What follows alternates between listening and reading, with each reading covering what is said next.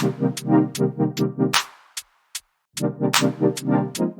going on, everybody, and welcome to the Other Side of the Firewall podcast, where we talk about the latest and greatest in cybersecurity news, as well as we highlight those movers and shakers and glass ceiling breakers, those people of color who've made it to the other side of the proverbial firewall.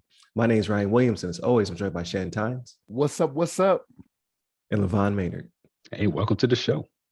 What is going on? So welcome to the, it should be the Tuesday episode. Definitely tune in Monday, where we talk about a side channel attack using the Janet Jackson Rhythm Nation song. It's pretty funny, comical, if you will. And then Wednesday will be our discussion. So we will be talking about Apple.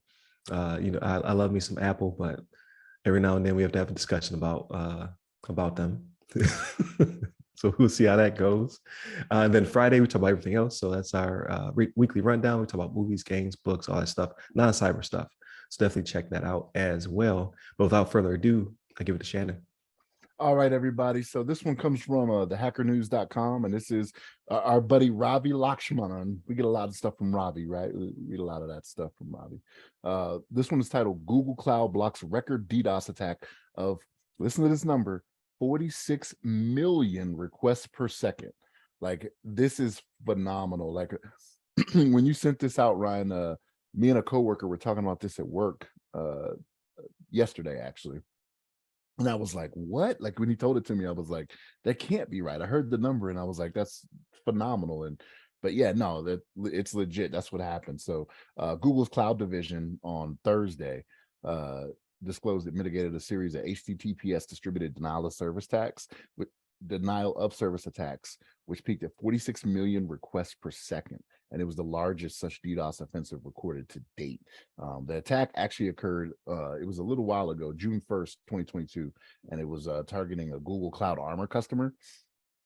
The previous high attack that was noted was 26 million requests per second DDoS attack, which was repealed by Cloudflare earlier this year. So yeah, this was phenomenal, right? And they give a sense of the scale of the attack in here. So they quote this in the article. They say, to give a sense of the scale of the attack, that is like receiving all the daily requests to Wikipedia, one of the top 10 traffic websites in the world, in just 10 seconds. That's crazy, right? But yeah, it went on. This assault went on for about 69 minutes, and it continually got worse to where it reached that 46 million per second. But it started out about 9:45 a.m. and it was about 10,000 requests per second, right? And then it grew to 100,000 8 minutes later and kept ramping up. And within about 2 minutes of that, it hit a high of 46 million requests per second at 10:18 a.m. Pacific time. But yeah, this lasted for a total of about 69 minutes. So I can only imagine them looking at this like, what is going on here? And it's just going up and up and up and up. Because like 10,000, that's nothing to them, right? Especially for Google Cloud. They're like, whatever, right? As it starts creeping up to that 46 million, you're like, oh my gosh, you know what I mean? But what they said was it was an unexpectedly high volume of traffic. It was 5,256 IP addresses that were located in 132 countries, with Brazil, India, Russia, Indonesia alone accounting for 31% of all the attack requests. So yeah, this is a big deal that they were actually able to block this, because this would be one of those things where you expect like maybe to see some stuff start to go down on the net and then be like, what's going on? And it comes out later, this is it. But no, Google Cloud successfully blocked it. So good on them. You know what I mean? Good for them for being out there and being at the forefront. You know what I'm saying? But LeVon, what's your thoughts on this? Yeah, I think it's pretty incredible. It's definitely like it's good to see that, a lot of these cloud companies are able to kind of ward off these major DDoS attacks. I think I remember something about Microsoft doing something similar earlier in this year. It had a similar attack, but maybe it wasn't to this scale apparently, because this one says it's like the highest DDoS offensive recorded to date. But it makes me think like the people that initiated this DDoS attack, I wonder how they're feeling right now. They're kind of like, damn, man, we tried our best. Like DDoS, this is like the highest DDoS we can ever imagine. We got all these systems kind of simultaneously attacking this single source within the Google Cloud. Google Cloud, and we had zero effect on it. So it's like they got to be like, what more can we do? We're kind of stuck in our ways, or we're kind of out of ideas, or maybe they try something else. Maybe they try 90 million requests per second. Maybe that'll do it. But it seems like Google has everything in place to kind of combat these types of attacks. But yeah, I think cloud in general. I know I've been talking about cloud for a while too. I think it's like it's kind of the future, and I know a lot of they're staking a lot of reputation, and they're putting a lot of effort into securing the cloud for workloads. So it makes sense that they are putting the best stuff up in the cloud to make sure that these types of attacks are mitigated. But Ryan, what do you think about this one? So coincidentally, so I started teaching class last Wednesday, and we brought up like IoT devices. I was trying to kind of explain like how they're dangerous because they could be used in this fashion to take down websites and things of that nature. But I couldn't really get the scope and scale. But I did mention the Azure being attacked. So Microsoft did forward off attack not too long ago. And then now I have this article. So now I'm going to use this next week and be like, hey, so this is what I was talking about, yada, yada, yada.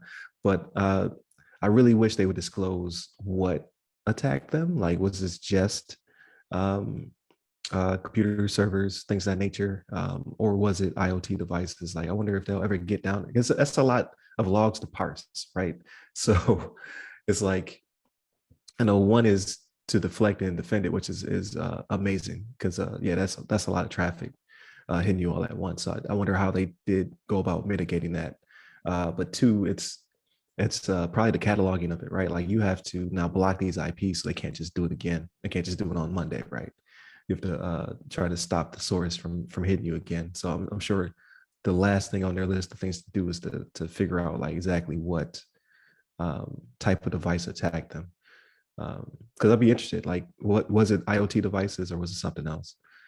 Is this a bunch of thermostats hitting them? I don't know. So I'm willing to bet it's a lot of unwilling bots out there, right? Like, people not even realizing their systems are being used for this. I find it hard to believe they got 5,256 or whatever the number was, right? Willing participants to just all of a sudden be like, all right, guys, it's time.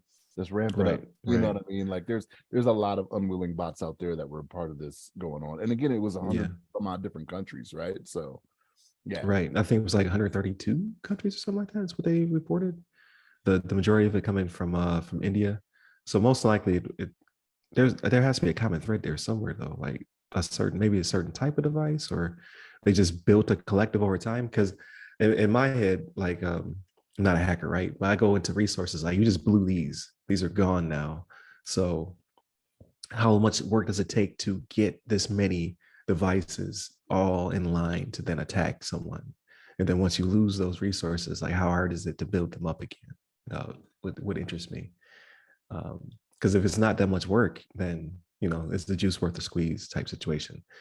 But if it is a lot of work, you'd be like, damn, like, we just blew like our inventory of all these unwilling participants, and we had no effect, except for like on the user end. That probably sucked, right? Like, they're like, why is my stuff so slow right now? Like, I can't play Call of Duty. Why is the internet so slow? But yeah, amazing. So I'll definitely use this as an example going forward. Like, this is what could potentially happen, but again, I wish I could just identify them. Like, this was, Roombas and thermostats and, Ring doorbells. Like, the gamut goes on and on and on. Like, this my smart fridge attacked you, versus actual PCs or servers being located in certain areas. So I think it's cool that they blocked it, though. Like, again, now the bar just goes up even higher. Like, who will be the next cloud provider to get attacked, and how serious will it be going forward? So yeah, there's gonna be a lot of people. There's gonna be a lot of people doing "hold my beer," right? Like, hey, I can beat that 46 million per second. I'll get it. So yeah, it's pretty ridiculous. But we'll see where it goes from here. It's a lot of froms right there. We'll see what the next step is. And how it evolves. But definitely check us out. Monday and Tuesday are topics. Wednesday is discussion. So this one is going to be about Apple, so I'm gonna get beat up properly. And then Fridays we talk about everything else. So movies, books, TV shows, just anything that's not cyber related. So definitely check us out. and hit up all of our websites. They all go by our podcast name. And you can hit me up personally. I'm at RyRy Security Guy. That's RYRY Security Guy. I'm on LinkedIn, Twitter, TikTok, and Clubhouse. And you, LeVon? Yeah, you can hit me up on the Twitters at LeVon Maynard. There it is. Stay safe, stay secure. Take care.